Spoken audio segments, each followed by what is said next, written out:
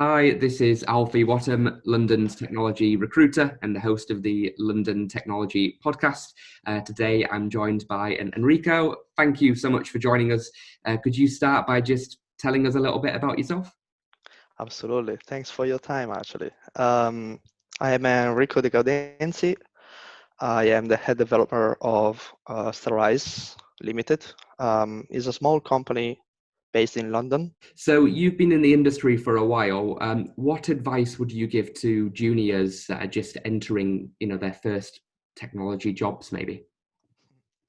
So this is actually a quite good question because it's really difficult for a junior to, even for the recruiter itself, to understand what you need for the Yeah. company. So you need to understand that every time you send a CV to a company, you need to understand what a company does first. That's the base point, because otherwise you cannot talk the same language. Maybe you know the things, you know a lot of knowledge, but it is not formulated or is not even needed by that company in that moment. So be prepared when you go for a specific company, when you go to have a job interview for the company. Then one other thing I normally appreciate just after the most is the attitude of a problem solver. Even though during a job interview, normally you try not to put the junior in difficulty, obviously, because job interview is already stressing by itself. But the fact is, when you do questions, you automatically put, you know, the junior has difficulties Yeah. for a number of reasons. The way a junior or a person approaches the problem is actually what I appreciate the most. So the the pos- the skill to understand what you who you have in front of you and what is the problem to solve, that is like there is no price for that. Third thing is actually probably comes together with the second one, but I will separate the team player. Yeah. So so basically, when you go to a job interview, it's not you are not being interviewed by a company. Mm. You're being interviewed by a person. Yeah. Probably that person is also the one that, if doesn't work with you, is gonna supervise you. So Mhm. you will be in touch with him. So demonstrate you are a good team player. No? And that sounds pretty weird to that I need to say that, but a lot of times is they are less worried about demonstrating that they can cooperate. But can you imagine, software is whole cooperation. If you go for the open source project, is crowd cooperation of all the work. Team player is actually one of the most valuable quality that an employee can have. Oh, absolutely. Yeah. Fourth and last thing is that I always say especially to the junior, you know what? First of all, knowledge is not so. You are a junior. Knowledge is not that important for a recruiter because he knows that he needs to Yeah. shape you in a shape of what the company wants. So if you say that you know a lot of things, then be prepared to answer for a lot of questions. No? But first of all, um, knowing a lot of things uh, about IT is not even that important. The most important thing is that you are able to solve the problem that on a daily basis you are put in front of.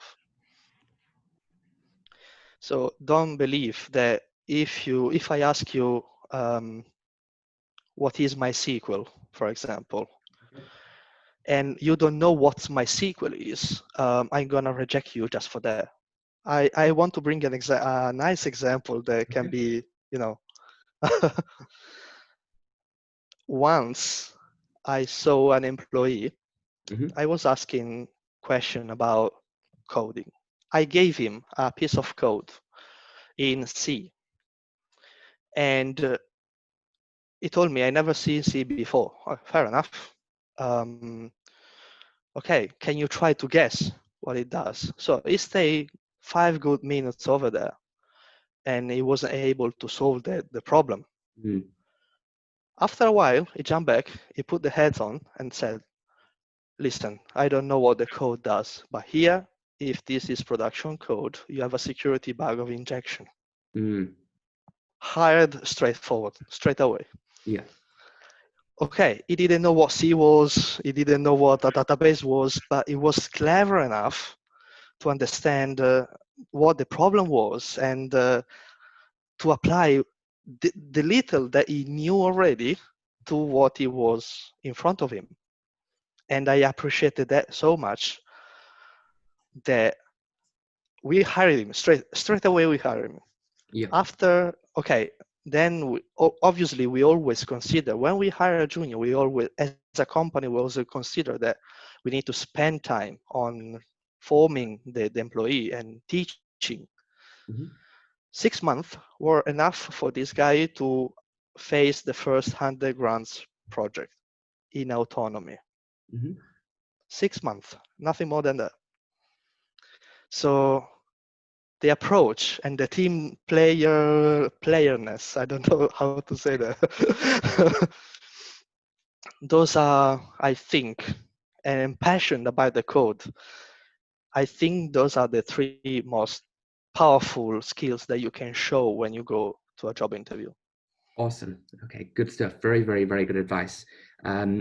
So what about in the future? What sort of technologies, Enrico, are you excited about, which you think will have a big impact on the future ahead? Well, this is another super interesting question because we can talk forever about this topic. Actually, I will just put on the plate one thing. Okay. For since the 80s and the 90s, mankind moved towards the capacity to collect data. Mm-hmm. They want data for everything, audit, logs, numbers, everything.